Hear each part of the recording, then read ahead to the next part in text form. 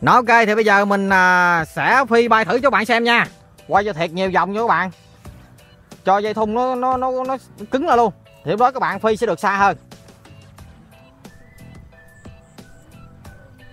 Đó, quay thoải mái các bạn, như quay tay nha, quay tay luôn đó nha các bạn. Đó thì tùy theo các bạn thôi, các bạn muốn bay xa thì các bạn quay thiệt nhiều lên, còn bay gần thì thôi. Nó ok thì bây giờ mình không cần bay xa lắm. Đó thì các bạn cầm như thế này, buông ra và phi với các bạn. Nè chuẩn bị nè, 1 2 3. Wow wow wow wow, quá đỉnh các bạn ơi, quá đỉnh các bạn ơi. Nó ok, tiếp theo nhé.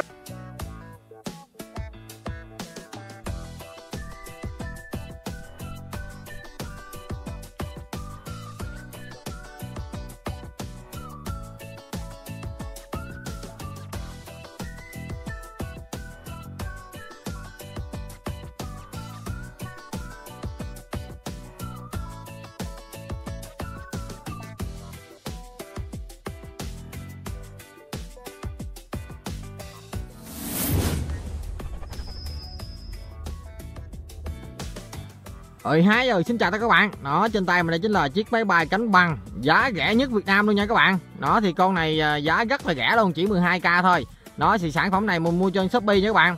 Đó các bạn thấy không? Cực kỳ đẹp luôn. Thì con này đặc biệt là siêu bền nha các bạn. Đó, con này nó chạy bằng động cơ dây thun này các bạn thấy không? Đó. Cực kỳ đã đó các bạn, chơi con này thì cực kỳ phê luôn. Con này rất là bền, bay cỡ nào cũng không hư nha các bạn. Đó các bạn thấy không? Cực kỳ đẹp luôn. Nó thì để chơi con này rất là đơn giản thôi, các bạn chỉ cần xoay như thế này, xoay cùng chiều kia đồng hồ. Đó, xoay nhiều vòng lên rồi các bạn buông ra rồi các bạn phi thôi, nó sẽ bay tới. Đó, cực kỳ ok với các bạn. Đó thì trước khi bay mình sẽ hướng dẫn các bạn gáp con này, vì khi các bạn mua con này thì nó sẽ rời rạc các bạn, nó phải gáp rồi mới bay được. Nó ok thì bây giờ mình sẽ hướng dẫn các bạn lắp ráp trước, rồi sau đó sẽ bay nha. Đó thì khi các bạn mua con máy bay phi tay giá rẻ thì như thế này nè các bạn, thấy không? Một cái bọc rất chi là nhỏ gọn và có hướng dẫn này sau luôn. Đó thì bây giờ mình sẽ cho các bạn xem bên trong gồm có những gì nha. Đó, mấy cái phụ tùng của nó nè các bạn, thấy không? Có trong trống, có cánh, có cây này kia, keo hai mặt luôn. Đó ok thì bây giờ mình sẽ hướng dẫn các bạn gáp nha. Thì việc gáp con này cực kỳ đơn giản các bạn. Thì cái bước quan trọng đầu tiên chỉ là cái thanh gắn cánh thôi các bạn. Đó, các bạn sẽ chọt vô cái lỗ này. Ok, các bạn chọt vào đây ha. Đó thì quan trọng nhất là cái đoạn này nè các bạn. Đó thì cái khoảng cách từ đây tới khúc xanh như thế này là 7 cm là chuẩn nha các bạn. Đó các bạn nhé, 7 cm là chỉ có khúc đó là quan trọng thôi, còn mấy khúc khác là bình thường các bạn, rất là đơn giản thôi. Đó các bạn canh tầm 7 cm, lấy thước đo đúng 7 cm là ok. Đó thì bây giờ sẽ tiến hành gáp nha.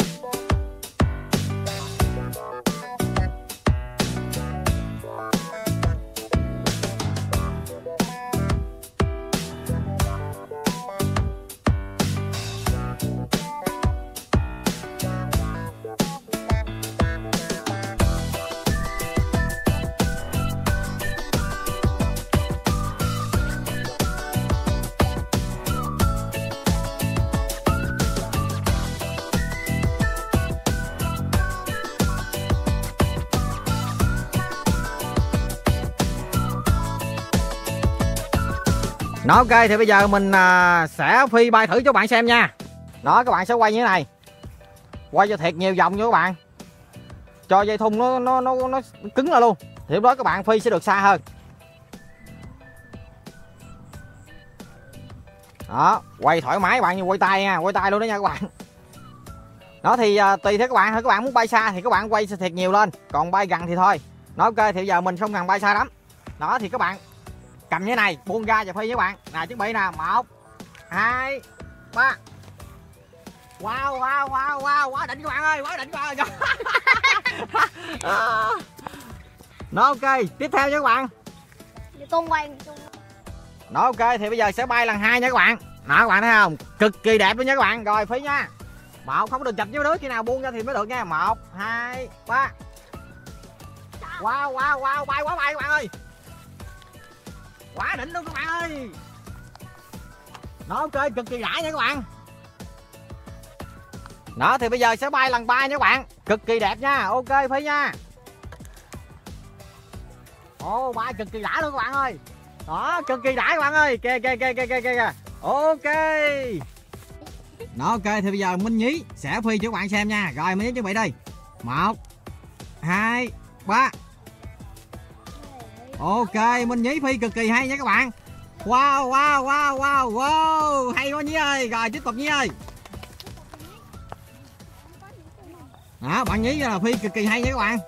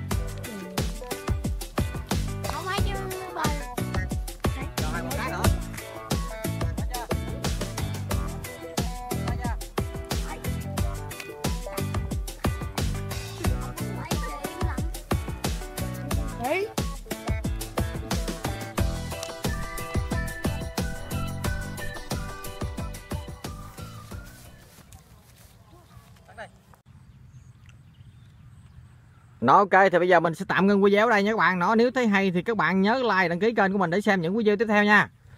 Nó ok, bye bye tất cả các bạn nha.